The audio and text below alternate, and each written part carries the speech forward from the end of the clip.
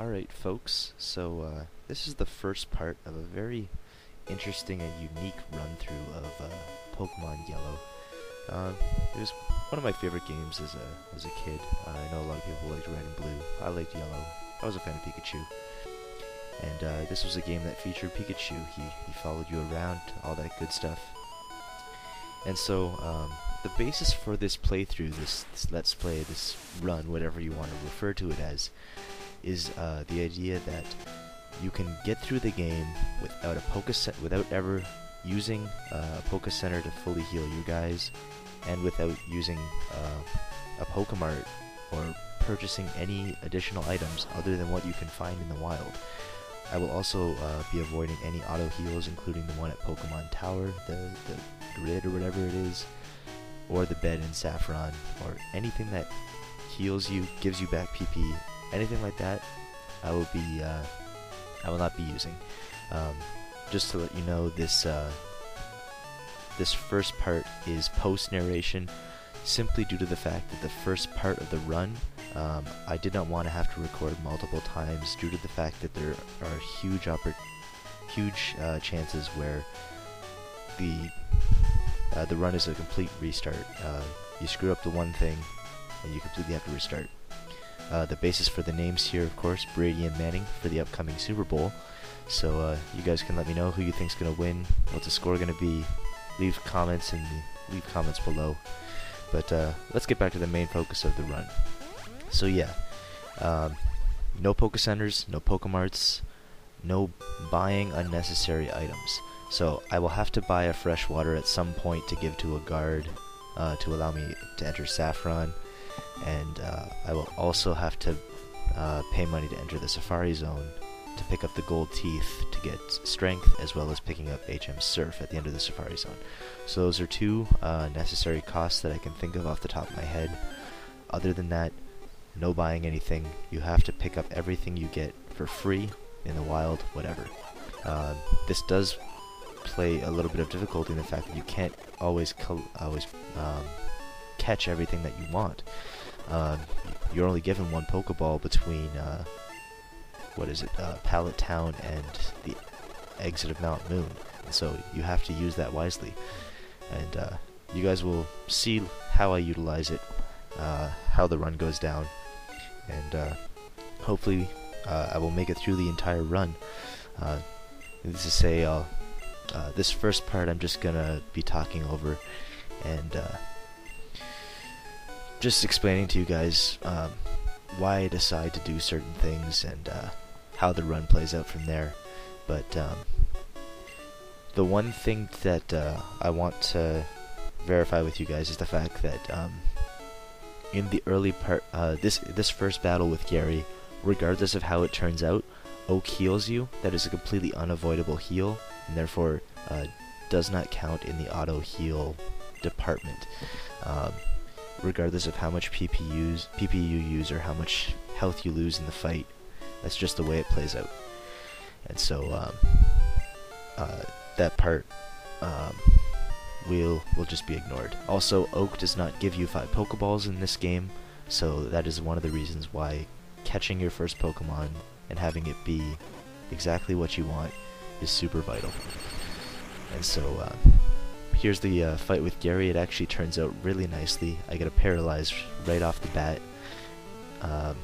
Tackle does minimal damage, and you're going to see right here, I also get a crit on my second Thunder Shock, so Eevee gets fully paralyzed. And I wish you actually didn't get auto healed, because this fight turned out absolutely fantastic. It couldn't have gotten any better, and definitely would have been a keeper if it were the case that you didn't get that auto heal. But you do, and we'll continue on. So like I said, there's a lot of when initially thinking about this run, there were definitely points where I didn't think it was possible. I have completed a test run through save states, but this is actually my first attempt at the fully legit run, no save states, no nothing. So you guys are going to see it firsthand how it turns out, and you're going to come along for the ride. Battle the hacks, battle the crits, battle the misses, status, all that good stuff. And it's going to be unavoidable at times, and it's going to get a little rough at times. But I think we can get through this run, and I definitely think it's achievable. So as we continue on here, I do pick up the potion from the guy who works at the Pokemart. Once again, free items for the win. It's another thing that you don't have to buy. And I also grabbed the potion in the PC at the start of the game. That's one thing that a lot of people, well, maybe not a lot of people, but some people always forget to do. And so I grab it, and it's something that definitely comes in handy in the later parts of this, or in the early to mid parts of this run, as you will see, no doubt. The other thing that I want to state is the fact that if I do enter a Pokecenter, it will purely be for the use of the PC. Depositing and withdrawing Pokemon in Gen 1 doesn't heal or restore their PP in any way, and even though there is a PC that is outside a Pokecenter, there's one in my house for items, and there's one in the Silph Co building.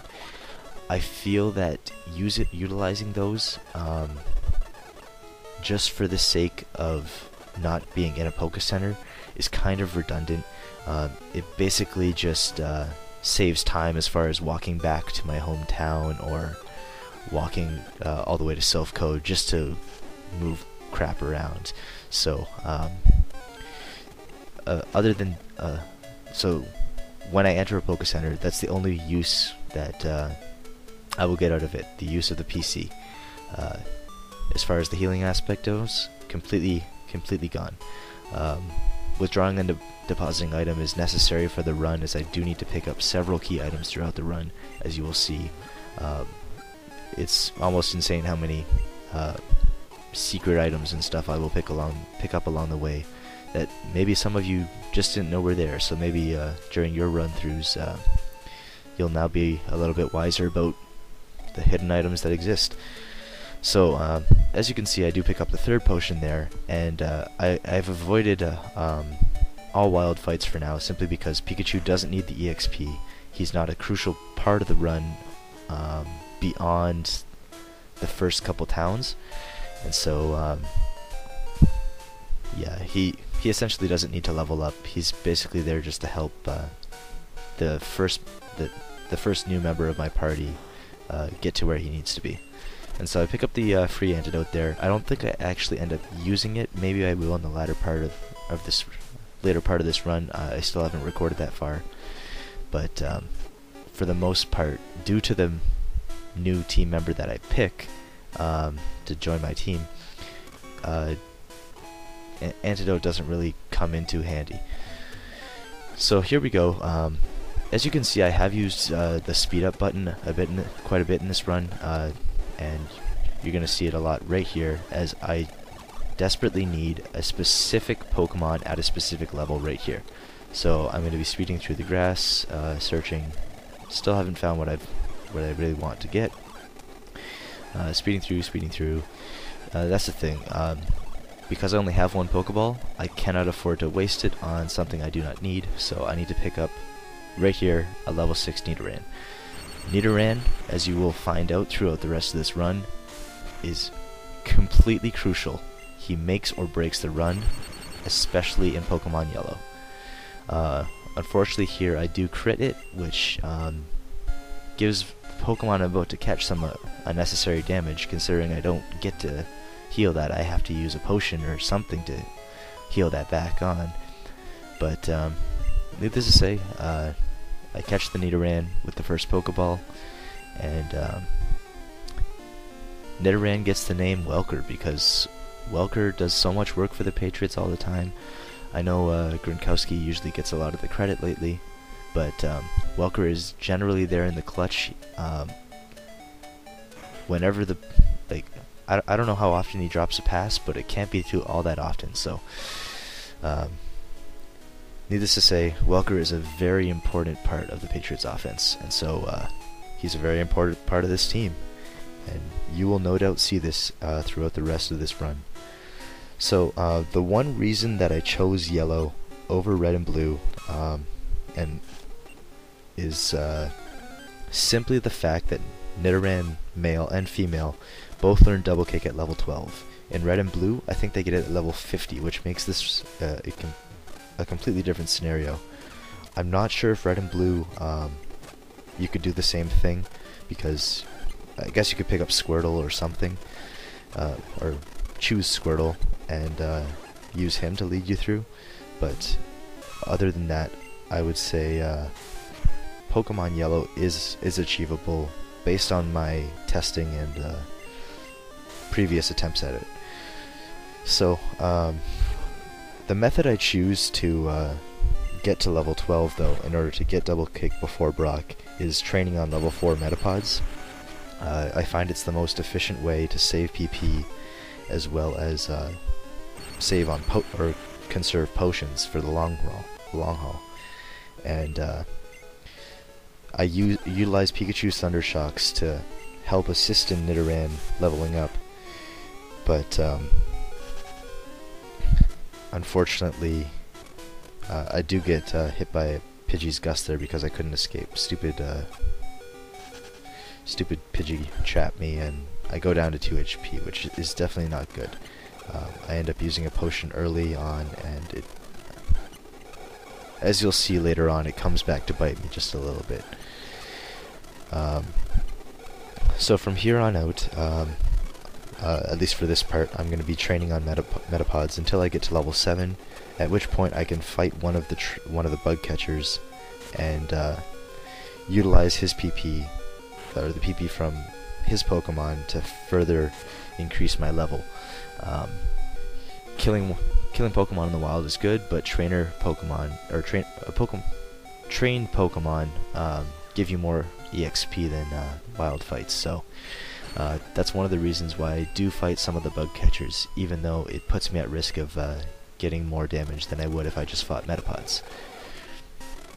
So here we go, still trying to find only level 4 Metapods, just because I find that their EXP ratio works out fine.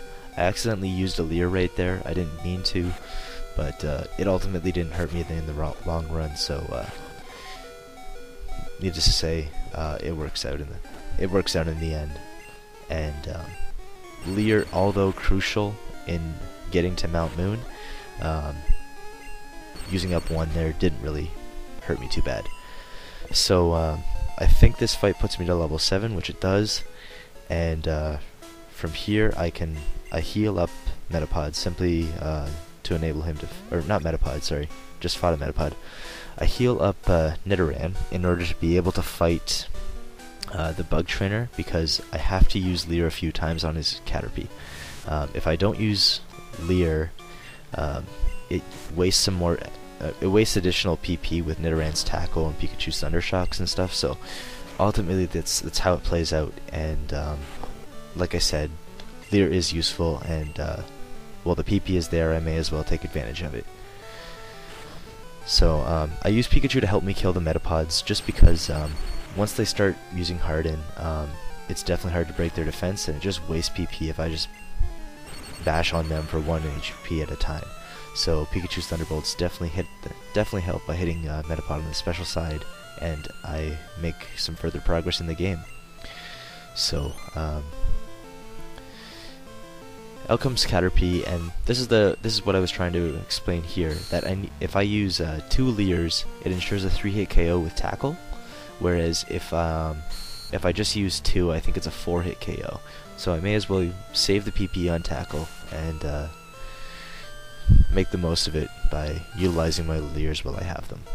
I do take some damage from the Caterpie, but it's minimal at best. Caterpie does miss a Tackle there, which is really nice, saves some HP, and I get the 3-hit KO. So the next part of this will just be me further training up in Viridian Forest. For those of you who want to make a guess whether I make it through the run, post in your comments. I am currently still running through the game, so you can let me know what you think. Just say yes, he will make it, no he won't, it's impossible, I don't know. Whatever you want to throw out there. As I said before, leave a comment on who you think is going to win the Super Bowl. My vote is the Patriots. You can tell by the way my team is being built so far. Brady, the law firm, and Welker are starting to do the work and prepare the way for the Super Bowl, which is ultimately the end of this run. So the big showdown with Eli Manning. Now, here we go. I think I'm gonna end the part off here though, shortly after this trainer battle, and I'm gonna see you guys next time. So there we go. I saved the game, and we continue on with our quest for Pokemon dominance. See you guys next time.